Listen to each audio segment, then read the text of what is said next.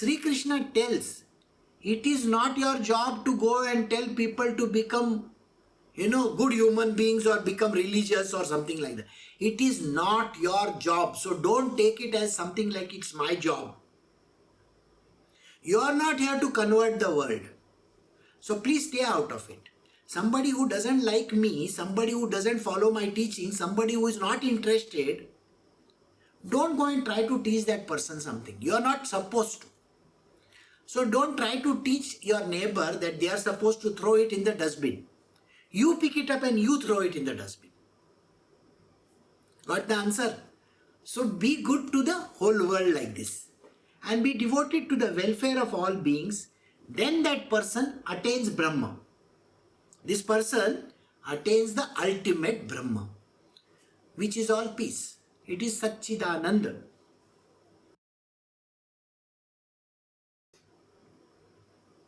We are doing Bhagavad Gita chapter 5 verse 24. He who is happy within himself enjoys within himself the delight of the soul, and even so is illumined by the inner light. That is the light of the soul. Such a yogi, Sankhya yogi, identified with Brahma, attains Brahma, who is at all peace. Such a wonderful verse. You have to be happy within yourself. See, the happiness is something which has to shine from every pore of your body. The happiness should be seen in the eyes, glowing eyes, smiling face. It has to be there. Tranquil disposition. Why? Because when the happiness is there within a person, they always are connected to the inner happiness as well. So, they are illumined by the inner light. They are not disturbed. They are going to be like that only. See, very, very funnily, people have said, you look very angry. They have always looked at me and said, you look very angry. Sometimes, even when somebody has to do my, those YouTube, thumbnails, they'll say, Guruji, we have captured a face which is very ugly. You look very angry. But that is the kind of action I have to do. But innermost being has to be contented and happy. Why is it important to be contented and happy? It is going to be there inwards. So it is not this being, the innermost, then the innermost, inner to innermost, which means the Supreme Self. If the Self is happy, it will show on this body as happiness. I'll give you another weird example. Okay.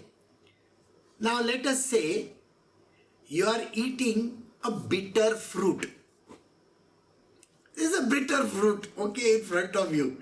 And you just chomp on it and then what happens to your face? Your face becomes contorted, distorted, it's like, or khatta, I don't know what it means, but if it is like that, maybe an amla. Amla is gooseberry. Gooseberry? Huh? So if you are going to just bite into a gooseberry, the thing goes straight from here to your brain. Or tamarind. You see, tamarind, if you eat tamarind, what happens? So if this is the way in which a tamarind or a gooseberry is affecting a human being, and the whole system works like that, which is like a jerking motion in your brain, I want you to think about the food that everybody eats. If you are going to eat food or you are going to live in an atmosphere which is a miserable one, the outer body is going to be miserable. Then you will always have a scowling face.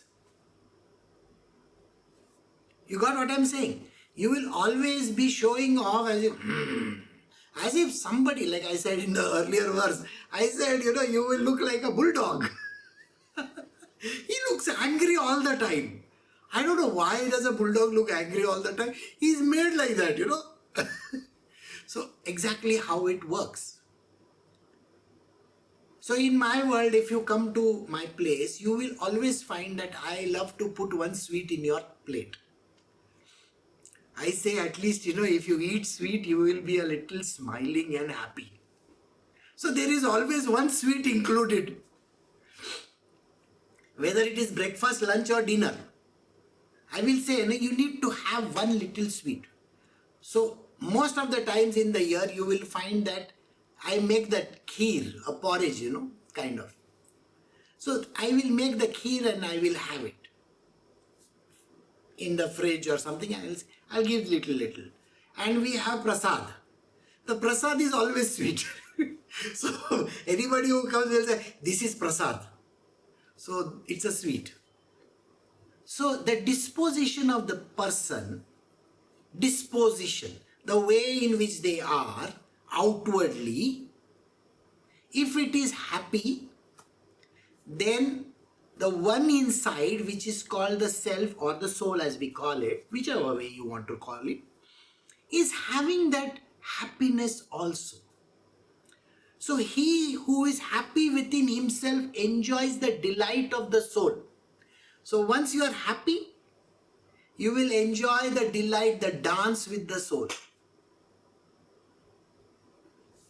So you will be happy inside also. You are that Sankhya Yogi then. Why? Because you have identified yourself with God. But if you have identified yourself with the demonic world, then your outer appearance is going to become demonic in nature. You see, you will find that whole thing is like that. Your outward appearance is going to be miserable. Your inward appearance, what is happening inside of you, is also going to be like that. I don't know, I don't care, this is not good, that is not good, like that. So it's all going to be like that. And then you are not dancing with the soul, you are dancing with the devil. See, there is a chapter which is called 16th chapter, 1-6. In the 16th chapter, you will come across these two dispositions. One is called the demonic disposition and one is called the divine disposition. Those who have the divine disposition are always very blissful and happy. The demonic kind are always miserable, angry, upset. They have greed, avarice, this, that, so many bad qualities. Now I will ask you a question for all those people who have seen, pictures of the demon and the god on one side. Especially the Rakshasas in India. We say Rakshasa. How does the Rakshasa look like? He has got two teeth coming out from here. He's got one head which is having one horns. And he looks very, very fierce and very deadly, So, the moment your face is contorted or distorted, you have become a demon. When your face is blissful and silent and full of smiles and laughter and all, you have become a divine person. So it is both this you can see. You can actually learn by experience, the knowledge that is there. Do I look demonic or do I look happy? Like a god. So it is something which he is saying identified with Brahma. Those who are happy are identified with Brahma. They are blissful. So the next verse. So we are doing the Bhagavad Gita chapter 5 verse 25. The seers whose sins have been purged, whose doubts have been dispelled by knowledge, whose disciplined mind is firmly established in God, and who are devoted to the welfare of all beings, attains Brahma, which is all peace. 4 steps he has given, 4 steps. First, those whose sins have been purged. How many people's sins have been purged? The answer is 0. The reason is because human beings have never even bothered to purge their sins. They like to do the next sin, the next sin. Sin basically, here we say, call it karma. Let us call it karma.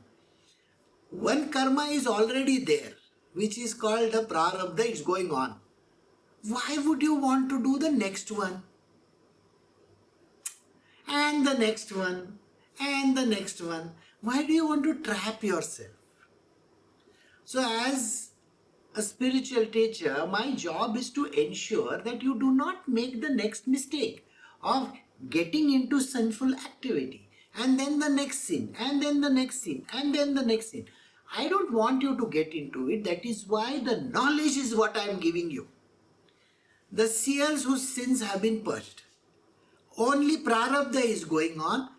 I am not adding anything to my future karma. I am not adding. I don't want to add, because I have been taught by my Guruji how to live this life in a perfect manner. So I have to purge those sins. The new ones I should not accumulate. Then, the next one, whose doubts have been dispelled by knowledge. Now the doubts that are there, when you are getting this knowledge, these doubts are going away. I understand. Now I know that this is how I got to live my life. I have to live my life without adding more karma to it. This I have learned. Secondly, I have learned to become completely dispassionate. See, I have to do my job. I have to do it perfectly. But not get lost in it. Not keep on thinking why this is not happening, why that is not happening. I don't have any attachment of any kind. So these two things are known to me. Doing something in this world with dispassion and detachment is very important. This is the knowledge which I have got.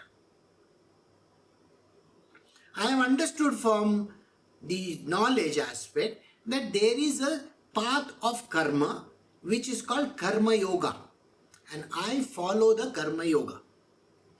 That is what I follow. Whose doubts have been dispelled by knowledge, whose disciplined mind is firmly established in God. If my mind is at the feet of God, which is called the single pointed devotion, if my mind is totally immersed in God, why is my mind wandering all over the place? It doesn't have to, no? Why is it going everywhere? I just have to focus on what God is all about. So my entire mind is immersed in just G-O-D. That's it. This is the third step. The fourth step is, and who are devoted to the welfare of all beings. You are not living your life for yourself. That is called selfishness. You are living this life so that you can help everybody in this world. So you are there for the welfare of all beings, not just one and two. It is not you, your family. No. This is something which you need to understand. You are not some great sheikh in this world. If you are only bothered about your family, you have not understood spirituality, then you should get out of spirituality. Then spirituality is as good as a useless subject for you. You should not be. You are here for Jan Kalyan. The world has to be looked at and looked after by you. That means you got to do something which is going to make this world a better place. See, when people think about this, say, how do you make this world a better place? So the first thought that comes to the mind is, the better place means kill all those fellows who are the worst characters on earth. This is not what it is. Alright? No, killing someone is wrong. You are not supposed to do any of those things.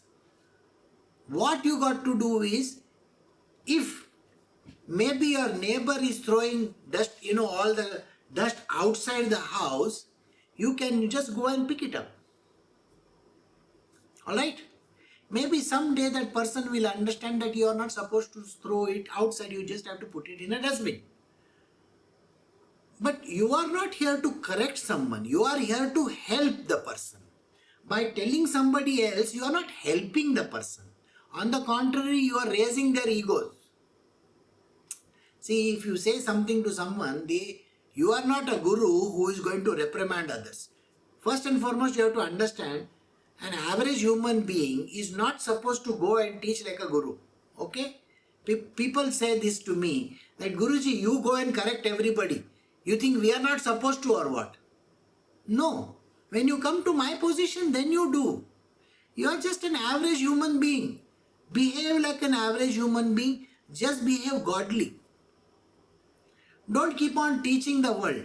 In this book, Bhagavad Gita, there is a last chapter. Okay? In the last verses of the last chapter, Shri Krishna tells, it is not your job to go and tell people to become, good human beings or become religious or something like that. It is not your job. So don't take it as something like it's my job. You are not here to convert the world. So please stay out of it. Somebody who doesn't like me, somebody who doesn't follow my teaching, somebody who is not interested, don't go and try to teach that person something. You are not supposed to. So don't try to teach your neighbor that they are supposed to throw it in the dustbin. You pick it up and you throw it in the dustbin. Got the answer? So be good to the whole world like this. And be devoted to the welfare of all beings. Then that person attains Brahma. This person attains the ultimate Brahma, which is all peace. It is Satchidananda. So now we go to the next verse. We are doing Bhagavad Gita chapter 5 verse 26. To those wise men who are free from lust and anger, who have subdued their mind and have realized God, Brahma, the abode of eternal peace, is present all around. This person who has attained peace, because he is not angry, he is not upset, he doesn't have anything to do in his world, like say for example trying to do something different. This person, he doesn't have lust also. Lust in the sense he is not going after anybody, he is not interested also. This person has become tranquil, has become peaceful on his own. There is no anger about anything. He has accepted that, okay, life is like this. I accept this is how life is going to be. The difficult aspect that is there with our life is there with everybody. Who says it is not there with anybody and everybody? Everybody is going through their own difficulties. Except that we do not understand their difficulties. We do not understand their problems. We do not understand their whatever the things that they are going through in their mind. So just let it be. You don't get involved in it. Stay out of it. You become peaceful. You do not lust for anything. Neither should you get angry with others. There is no point in getting angry. You will have a problem if you get angry. See, because somebody else does something and you get angry, you are going to hell, not that person. It's so simple, That person is driven by his nature. Why are you getting angry? So you are going to hell because of that. That person will go scot-free. Nothing is going to happen because they are like, I told you, it's like a bulldog. He's got a weird face. He's got a nature which is barking type, bow, bow, bow, bow, bow, all the time, maybe. A Pomeranian or this kind of dogs, they keep on barking, barking, barking, barking, barking. Have you seen a squirrel? If a squirrel sits outside your window, it will just go chee, chee, chee, chee, chee all the time, non-stop nonsense. It is the nature of the squirrel to become like that. Why are you upset? Don't get upset. Maybe you can throw a stone at the squirrels and get lost. That is all you can do. Beyond that, you can't do anything. So don't bother so much about getting angry over some other issue. Just because that person is like that. Okay? So, this person who has attained this kind of a tranquility, as far as he has no lust, he has no anger, and if this person has attained this state, subdued his mind, that person has realized God. The ultimate he has already realized, and then he gets eternal peace and is present all around. This peace is always there with that person. Peace doesn't mean that he cannot take up a sword and fight. Please remember this. Because Arjuna is being told these words, it doesn't mean that Arjuna is not supposed to fight. He is supposed to fight in a disinterested manner, detached, dispassionately. Alright? So this is what you are supposed to do. So we have come to the end of verse 26 and we will stop over here.